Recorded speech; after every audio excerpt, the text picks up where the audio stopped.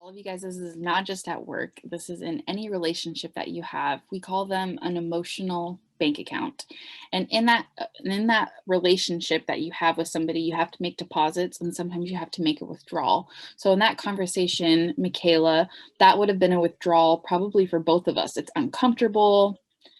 You failed, and I had to hold you accountable, which is something that's not super enjoyable, so it's a withdrawal. Now if our bank account hadn't had enough deposits in it, that withdrawal would have felt very depleting. It would have been more challenging.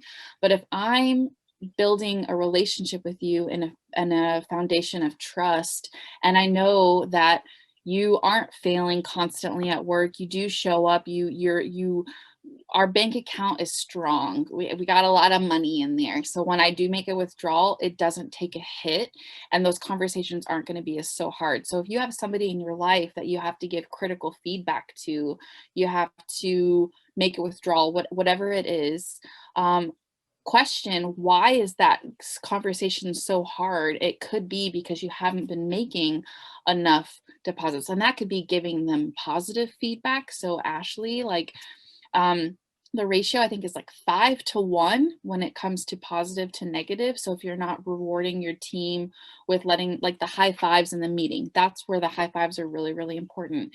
Other people have very interesting deposits. It could be something related to their love language. Like Kristen, hers is words of affirmation. So me just texting her, hey, I thought of you because of this one thing, that's like a huge deposit. She's like, someone was thinking about me and I said something really kind to her. My husband, when he like takes out the trash or does the dishes, that's a huge deposit for me. So things like that in personal and in work. So I cannot stress it enough. You have a hard conversation. So for my team members, if I have to give them critical feedback and I'm like, ugh, I realize, oh, you know what? This is a new team member. I haven't had a check in with them. I don't know what's going on in their lives. This conversation's hard. I will start off that meeting. You know what? I have to give you really tough feedback today. And I realize that this is a little bit uncomfortable for me because I don't really know you. And what that shows me is we need to put a check in on the schedule where we just chat. So today is about, I have to give you feedback. You messed up. It's okay. I still love you. This is how we can be better. Here's the plan of action. And then also, how about next Friday?